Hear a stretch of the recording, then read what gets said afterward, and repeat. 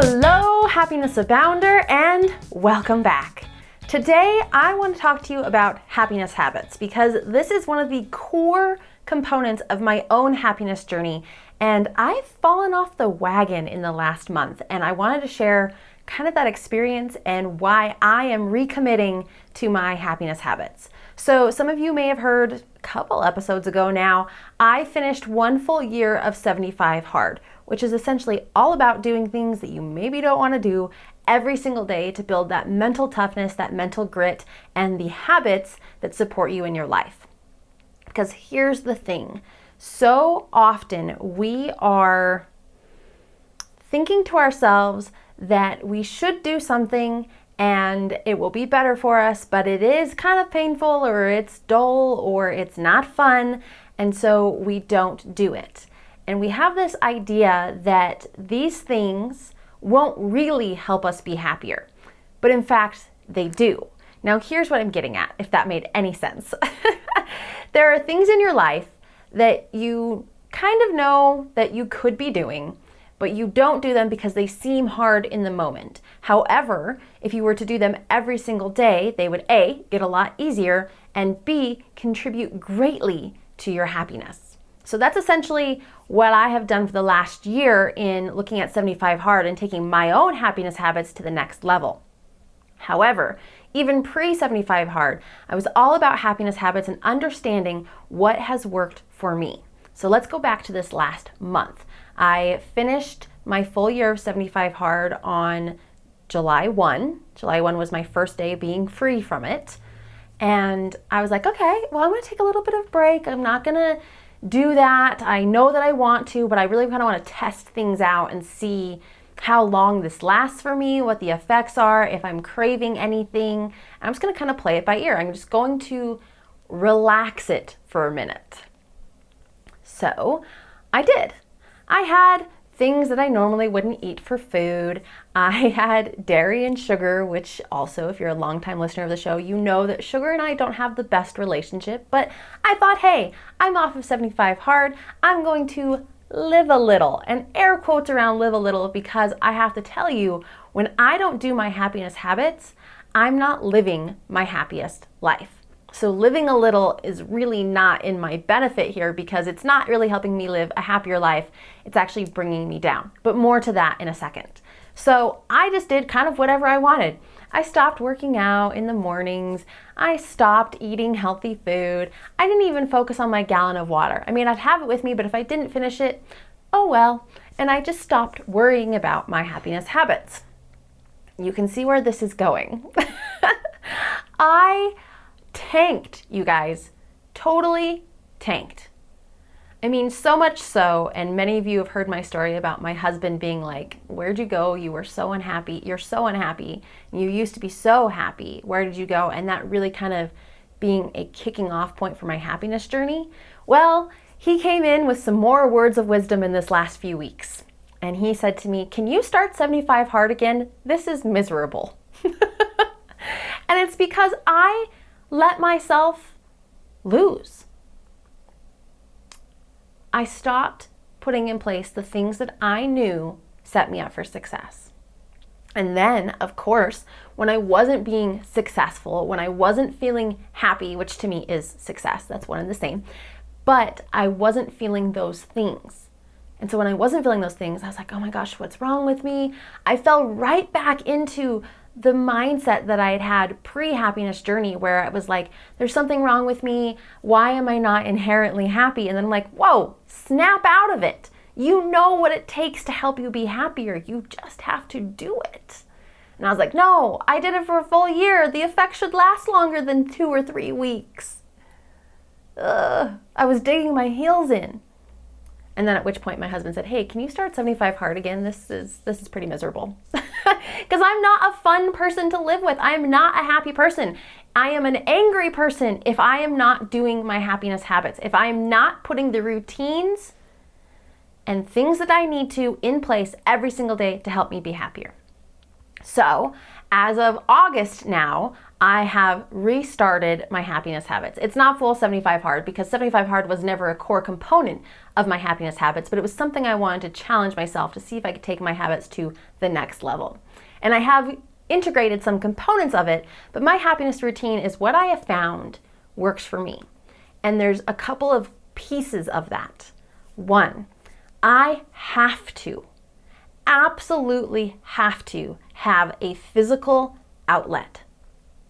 When I do not move my body, I get all sorts of tense, I get all sorts of aggressive, and my mind is not clear from the physical clutter that I hold on to for whatever reason, and it messes me up emotionally. It doesn't set me up for success if I don't move my body. So I literally just pace in the mornings, or I go and I walk on my treadmill downstairs, and that's all. I'm not doing hard, crazy workouts, but I have found that I need to move my body, have a physical outlet, a physical release, so that I can be happier in my life. I can have the mental clarity to make better choices that help me be happier. The second thing that I have found is an absolute non-negotiable is that I have to have an emotional release. For me, that's doing the sleigh technique or journaling. Sometimes both. But doing those things every day allows me to identify and express versus suppress my emotions. I had stopped doing that in the last month. And I have to tell you, my emotions were getting out of control. I wasn't controlling them. I wasn't understanding them. I wasn't validating. I wasn't seeing them. I wasn't exploring them. Instead, I was just being like, why am I feeling this way? And then doing nothing about it. So second happiness habit that is non-negotiable for me is an emotional outlet, an emotional release. And then the third, a creative release. The ability to have fun. I have to tell you, there's been a few times lately where I haven't had very much fun every single day. And then when I make the conscious decision of, nope, this is a habit I need in my life, whether it's going live, whether it's creating something for Instagram, something creative, or maybe a TikTok video, something that's fun, something that's creative that allows me to express myself in a non-emotional, non-physical aggression way, but just a fun, joyous, peaceful kind of way, really contributes to my happiness. Now, there are a ton of other happiness habits that I work throughout my routines. But if I had to pick the three that could be a little bit more broad so that they can be applicable to you in your happiness routines, it would be those three. So quick recap, a physical outlet / release, an emotional outlet / release, and a creative fun outlet / release. Do something in those spaces for every day, even if it's just 5 minutes, and you'll be so much better off. And I can tell you right now, my physical walking is 45 minutes. My journaling and reading every day are 15 minutes, if that. I'm a fast reader, but 10 pages a day is not a ton. So that's about an hour total for just the physical and the emotional releases. And then I just remind myself to have fun throughout the day and to creatively build the things I want to build. And that has been so helpful. Like I said, there's tons of other happiness habits and routines and ideas, concepts, exercises, techniques, things that we can try together to see what works, what doesn't work. But if I have to pick foundational, those are your top three. Those are the three things that can set you up for happiness success.